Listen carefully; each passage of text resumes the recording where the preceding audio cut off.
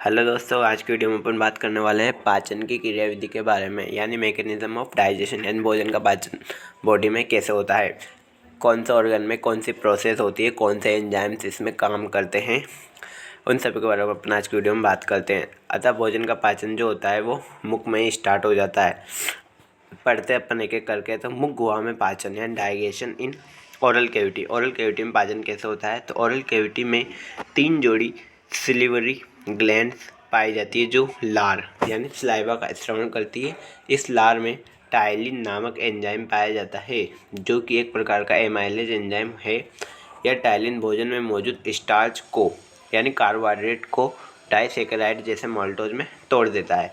यानी जो oral cavity होती है उसमें 3 जोड़ी लाल ग्रंथियाँ पाई जाती है। पैरोटिड ग्लैंड, सबलिंगुअल ग्लैंड तथा सबमैंडिबल ग्लैंड पाई जाती है जिसके द्वारा सलाइवा का सिक्रेशन होता है। इस सलाइवा में टाइलिन नामक एंजाइम पाया जाता है जो कि एक प्रकार का एमाइलेज एंजाइम होता है जो कि भोजन में मौजूद स्टार्च यानी कार्बोहाइड्रेट को डाइसेकेराइड जैसे माल्टोज में तोड़ देता है। यानी स्टार्च के पाचन में सहायता करता है, यानी कार्बोहाइड्रेट को तोड़ने का कार्य करता है, डाइसेकेराइड तथा माल्टोज में तोड़ देता है। ठीक है, ये हो गई ओरल कैविटी में पाचन। नेक्स्ट है बोलस का आमाशय तक पहुंचना। अब बोलस क्या होता है तथा आमाशय तक कैसे पहुंचता है वो देखते हैं। Reaching of bolus in the into stomach. यानी ओरल कैविटी में पाचन के बाद यानी मुख गुहा में पाचन के बाद भोजन बाउलस में परिवर्तित हो जाता है। यानी ओरल कैविटी में पाचन के बाद जो भोजन रहता है वो बाउलस में परिवर्तित हो जाता है। जब यह बाउलस फेरिंग्स तथा इसोफेगस से होते हुए आमाशय तक पहुंच जाता है, तो फेरिंग्स तथा इसोफेगस से होते हुए कहाँ तक पहुंच जाता है, ये आमाशय तक पहुंच जाता है। यानी ओरल कैविटी में पाचन के बाद भोजन बाउलस में परिवर्तित हो जाता है और यह बाउलस फेरिंग्स तथा इसोफेगस से होते हुए आमाशय तक पहुंच जाता है। नेक्स्ट है डाइजेशन इन स्टोमच। अब डाइजेशन इन स्टोमच यानी आमाशय में पाचन कैसे होता है, तो आमाशय में जठर ग्रंथियों यानी गैस्ट्रिक ग्लैंड द्वारा जठर रस का सिक्रेशन किया जाता है जिसमें हाइड्रोक्लोरिक अम्ल यानी HCl तथा पाचक एंजाइम मौजूद होते हैं। अब गैस्ट्रिक जूस में निम्न पाचक एंजाइम पाए जाते हैं। ठीक है, यानी गैस्ट्रिक ग्लैंड के द्वारा गैस्ट्रिक जूस का सिक्रेशन किया जाता है जिसमें HCl तथा पाचक एंजाइम पाया जाता है। अब कौन कौन से पाचक एंजाइम होते हैं, पाचक एंजाइम में है पेप्सिनोजन, एक है पेप्सिनोजन, दूसरा है प्रोरेनिन, तीसरा है गैस्ट्रिक लाइपेज, तीसरा इंट्रिंसिक फैक्टर्स। ठीक है, अब पेप्सिनोजन तथा जो प्रोरेनिन होते हैं वो इनएक्टिवेट फॉर्म में होते हैं जिन्हें HCl यानी हाइड्रोक्लोरिक अम्ल द्वारा एक्टिव कर दिया जाता है। ठीक है, अब पेप्सिनोजन जो रहता है वो इनएक्टिव होता है। ठीक है, जैसे HCl क्या कर देता है, एक्टिव पेप्सिन में कन्वर्ट कर देता है। प्रोरेनिल जो रहता है उसको HCl क्या कर देता है, रेनिन में कन्वर्ट कर देता है, जो एक्टिव फॉर्म में चले जाते हैं। ठीक है, अब इनका क्या कार्य होता है देखते हैं। पेप्सिन प्रोटीन का पाचन कर इसे प्रोटियोजेज, पॉलीपेप्टाइड्स तथा पेप्टोन में कन्वर्ट कर देता है। ठीक है, यानी पेप्सिन क्या करता है, प्रोटीन का पाचन करने में सहायक होता है और उसे प्रोटीजेज, पॉलीपेप्टाइड्स तथा पेप्टोन में कन्वर्ट कर देता है। इसी प्रकार रेनिन दूध प्रोटीन के पाचन में सहायक होता है, यानी दूध के पाचन में भी सहायक होता है। नेक्स्ट गैस्ट्रिक जूस में मौजूद लाइपेज एंजाइम यानी गैस्ट्रिक लाइपेज एंजाइम वसा के पाचन में सहायक होता है।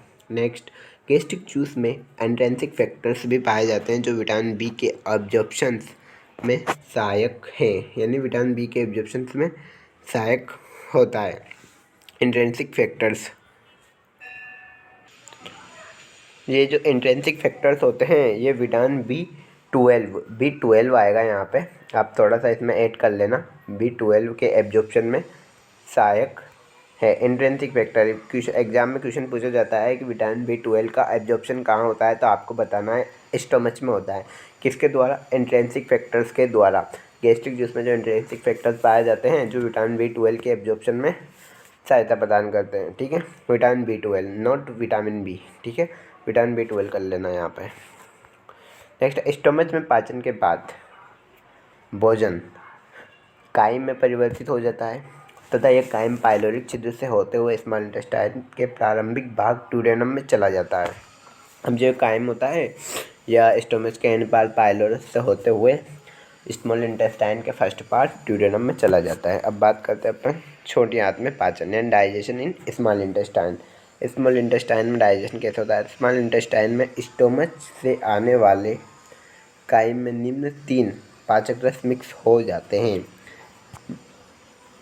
स्मॉल इंटेस्टाइन में स्टोमच से आने वाले काइम में निम्न पाचक रस मिक्स हो जाते हैं, यानी स्मॉल इंटेस्टाइन में ही भोजन का सर्वाधिक पाचन तथा एब्जॉर्प्शन किया जाता है। तो ये कैसे होता है? तो इसमें मुख्य 3 रस का महत्वपूर्ण योगदान होता है। पहला होता है बाइल, दूसरा है पेनक्रियाटिक जूस, तीसरा है इंटेस्टाइनल जूस। ठीक है, सबके बारे में अपन एक एक करके पढ़ेंगे किसका क्या काम होता है। बाइल क्या करता है? बाइल पित्त में पाचक एंजाइम, पित्त में जो पाचक एंजाइम्स होते हैं वो इसमें नहीं होते, यानी पित्त में पाचक एंजाइम डाइजेस्टिव एंजाइम अनुपस्थित होते हैं, लेकिन यह निम्न 2 क्रियाविधियों द्वारा पाचन की क्रिया को आसान बना देता है। यानी पित्त में किसी प्रकार के पाचक एंजाइम नहीं होते हैं, लेकिन यह 2 निम्न क्रियाविधियों द्वारा पाचन क्रिया को आसान बना देता है। क्या क्या? एक तो क्षारीय माध्यम उत्पन्न कर देता है, दूसरा होता है वसा का पाइसीकरण यानी इमोल्सिफिकेशन किया जाता है बाइल के द्वारा। नेक्स्ट अग्न्याशयी रस। अब बात करते हैं अपन अग्न्याशयी रस के, यानी पैनक्रियाटिक जूस। बाइल तो पढ़ लिया अपन, पैनक्रियाटिक जूस क्या होता है? तो अग्न्याशयी रस में निम्न पाचक एंजाइम्स मौजूद होते हैं, जैसे ट्रिप्सिनोजन, काइमोट्रिप्सिनोजन, एमाइलेज, लाइपेज तथा प्रोकार्बोक्सीपेप्टिडेज। ये एंजाइम्स पाए जाते हैं। अब इनका क्या कार्य होता है बॉडी में वो देखते हैं। पहला होता है ट्रिप्सिनोजन। ट्रिप्सिनोजन इनएक्टिव फॉर्म में होता है, इनएक्टिव फॉर्म में होता है, जो कि इंटेस्टाइनल जूस में मौजूद एंटेरोकाइनेज। इंटेस्टाइनल जूस जो वहीं जो स्मॉल इंटेस्टाइन की ग्लैंड द्वारा बनाया जाता है इंटेस्टाइनल जूस, उसमें एक एंजाइम पाया जाता है जिसमें एंटेरोकाइनेज, जो इसे एक्टिव फॉर्म ट्रिप्सिन में बदलता है। या ट्रिप्सिन क्या करता है? पॉलीपेप्टाइड को डाइपेप्टाइड तथा एमिनो एसिड में बदल देता है, यानी प्रोटीन के पाचन में सहायक होता है। और ट्रिप्सिन के अनेक कार्य भी होते हैं। ठीक है, ये क्या करता है? ट्रिप्सिनोजन इनएक्टिव फॉर्म में होता है, जो कि इंटेस्टाइनल जूस में मौजूद एंटेरोकाइनेज द्वारा एक्टिव फॉर्म में ट्रिप्सिन में बदलता है। ट्रिप्सिन पॉलीपेप्टाइड को डाइपेप्टाइड तथा एमिनो एसिड में बदल देता है।